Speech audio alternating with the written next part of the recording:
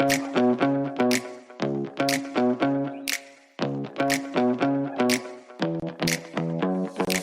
think there's a real value in asking the employees. Now, the trick is asking, hey, in a perfect world, what would you like? And then being able to deliver something that, while it may not be specific for every individual, is broad enough that it captures the majority of people's feelings, right? Now I know for you employers who might be listening here, those offices are more expensive. Your rent is going to go up. But think about what the employees are going through also. That could be nothing more than air cover for a bad toxic environment. We may be jerks, but we're going to feed you. Come on, after a long commute, I want to flop on the couch and watch The Big Bang Theory or Food Network, something brainless. I don't want to go tackle Laundry Mountain. Welcome to Primal HR. Real people, real talk, real HR. The human side of work from the people who live it every day. Here are your hosts, longtime HR leader Terry Smith and People First strategist Leslie Lulham. Welcome to episode 2 of Primal HR. My name's Terry, and I'm here with Leslie, and we're talking about return to office, what actually helps. Last episode, we were a little bit gloomy about the whole return to office scenario and the evil corporations that are making it happen in ways that aren't necessarily positive for the worker. So we thought we'd spend a little bit of time talking about some of the ways that we can make it better. I think there are a lot of things a company can do when they are implementing a mandatory return to office. You'll hear Terry and I calling that an RTO mandate throughout this podcast. And I think we should start by talking about the buckets of benefits, and then we can kind of dig into each of them. And each of these some are better than others, admittedly, but each of these are designed to help ease that transition on an employee, especially when going from fully remote to an RTO. So we have things like lifestyle spending accounts, commuter benefits, amenities and incentives.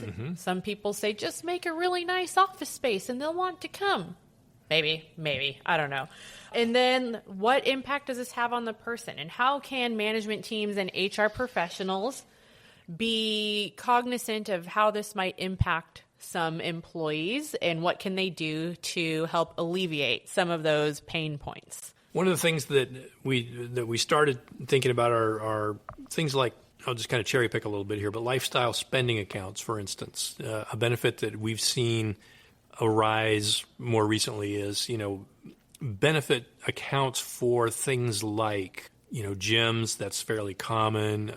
Gyms, we saw laundry services, cleaning services. I think some included yard work.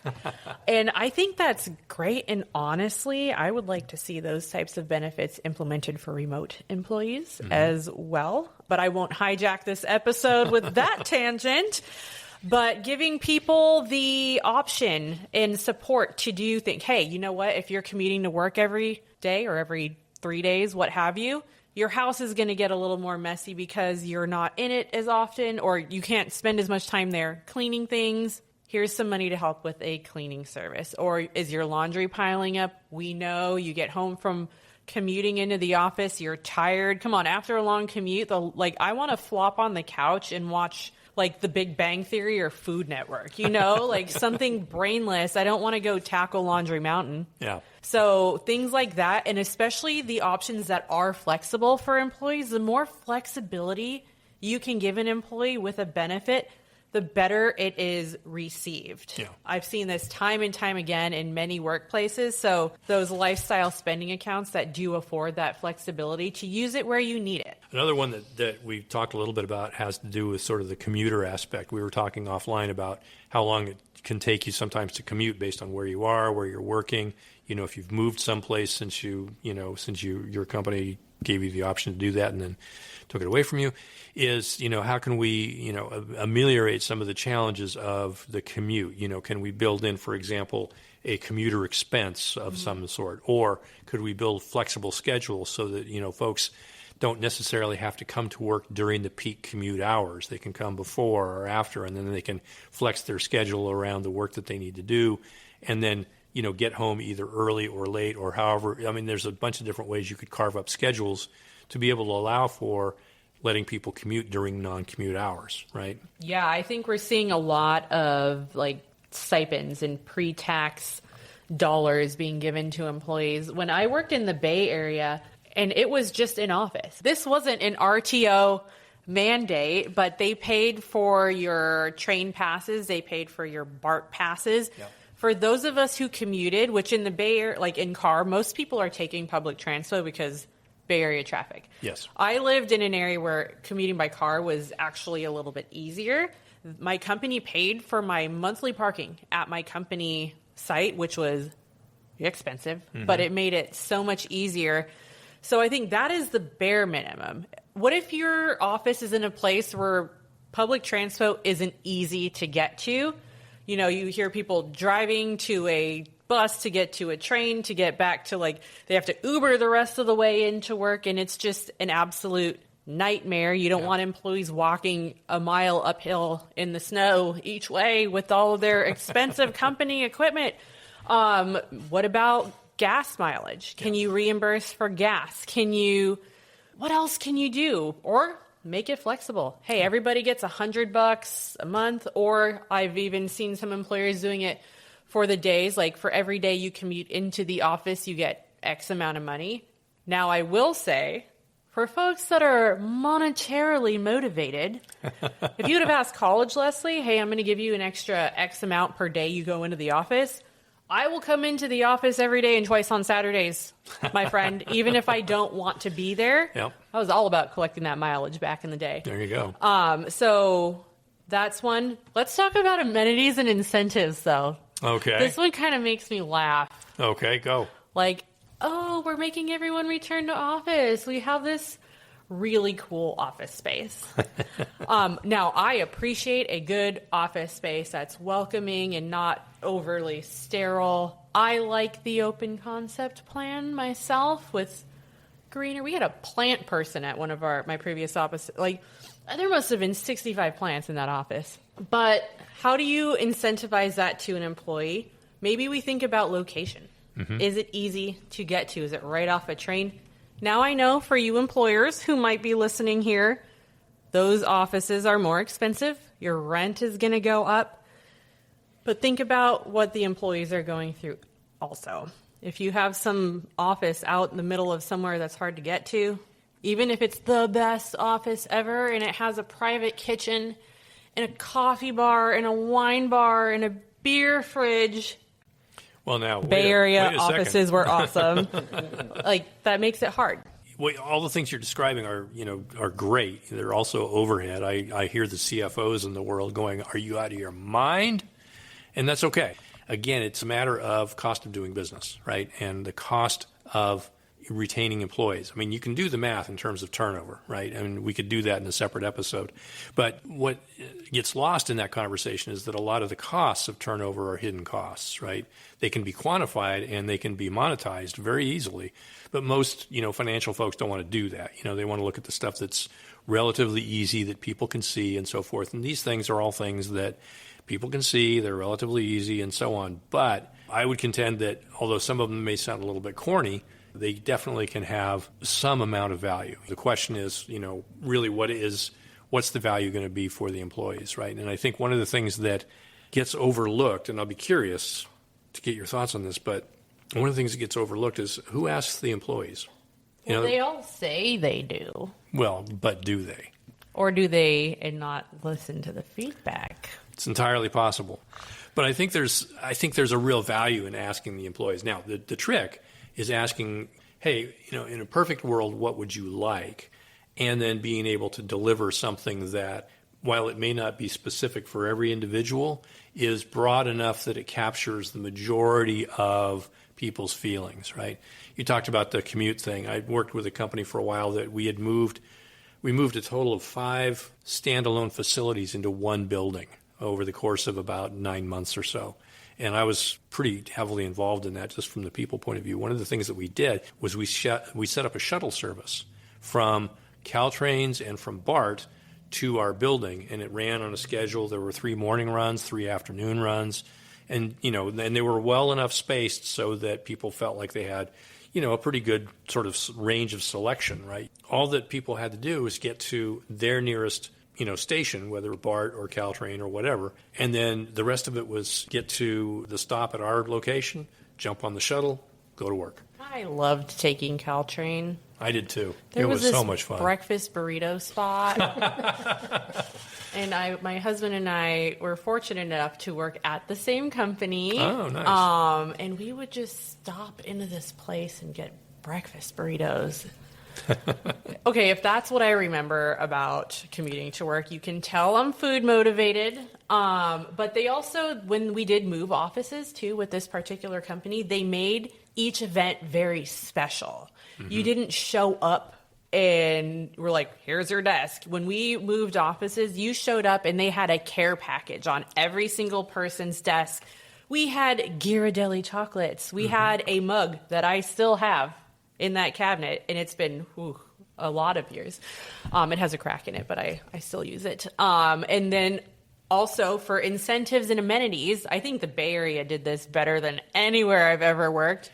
The meals. We had breakfast. We had lunch every day, catered. And if it was dinner time and you were still working there, which in the wonderful world of tech, you usually are, yeah, they would have an order system. So people could put in their orders for dinner. They had on-site laundry, drop-off laundry. They would have in-office massages. They had, it was so like Bay Area in like the 2000s. It was amazing. But that said, I'm going to take the other side of the coin, where we talked about this a lot back then too. They over-incentivized the workplace, and the running joke for employees at many companies at the time was they do this so you don't leave. Well, that's exactly it. That was, and that's, if you really dig into the research, that's exactly why. Because they incentivized you to stay and work. That's all. We were burning ourselves out back then. Yeah. Big time. And that experiment really started way back in the 70s, right? There was a company called Rolm, ROLM, and they did telecommunications devices of various sorts, primitive by today's standards, but still really interesting. And they had this whole campus concept down cold. And they were the employer that everybody wanted to work for back then because of those things. And so what a lot of companies did was they just piggybacked off of, what they thought were, hey, that'll work for us, that won't, but this will, and that sort of thing. So they were really sort of the progenitors of that whole thing. And they were very honest about it. Yeah, we don't want you to leave. We don't want you to be distracted. We want you focused because we're competitive. And so on. So, it's not unlike some aspects of the military. That's interesting. I think, in the Bay Area, when I went to Twitter's headquarters and I went to LinkedIn's offices and Google, oh my goodness, they were campuses. They were amazing. Mm-hmm. When it was normal to be in the office every single day, I wanted to work there. I was like, you have 8 chefs in the kitchen. Are you kidding? Like, look at this swag box I get just for starting with you guys. Mm-hmm. They had incredible bonuses. Now I would say, are those amenities enough? Well, are they enough, but are they relevant? Exactly. That's not enough to get me to go into an office now. No, I mean, realistically, that could be nothing more than air cover for a bad toxic environment. We may be jerks, but we're going to feed you. That's, what? That just made me think. So in the pandemic, right? Food subscription boxes took off. That's right. I had HelloFresh. I had Daily Harvest. I mean, if they could deliver food to me, I would sign up on a monthly box. I did the butcher box. I did them all. I didn't see many companies offering those types of things as an incentive, but what if on a hybrid policy, and you should also do this for your fully remote workers, we appreciate food. Actually, when we met today to film today's podcast, I hadn't eaten lunch and it was 1 p.m. I also hadn't eaten breakfast. So feed your remote employees, please. Feed me, please. But having those subscription boxes, what if it's like the 3 days a week you're in the office, we're going to give you lunch at minimum, some snacks, and the 2 days a week you're home, here's a subscription for HelloFresh. Or a DoorDash gift card or whatever to help you eat. Yeah. Do you feed yourself well when you work from home? Are you better than me? I'm really bad. So. Yeah. Someone, I need to set an alarm. You want to be accountability buddies? You just ping me every day at like noon and be like, did you eat yet? Get your lunch. HR is pinging me, run for the hills. Right. Oh, no, I'm getting that email from HR. I don't want to look at it. Wait, what? Eat my lunch? Really quick, we have to talk about that because everyone freaks out when HR emails them. Okay? I freak out when HR emails me. I am HR. I'm like, oh, snap. I'm in trouble. What did I do? Nothing. Spoiler alert. Nothing. Yeah. But we should talk about in an episode how to normalize that because as an HR person, I take time to get to know employees and really build relationships with these people and not come off as like overly stuffy HR. Like, I'm going to compliment your nails and I'm going to ask about your dog and I want to know how you are as a person. And they still get afraid when, Leslie, you messaged me and you scared me. I'm like, we've been working together for 3 years. Yeah. Why? And then someone pings me and I'm like, oh my gosh, am I getting fired? Oh, no. yeah. I went through the same thing, in various environments where, one in particular where, I'd get called into a meeting with this or that VP or what have you, and my boss. And the first thing I think is, am I in trouble for something? What have I done?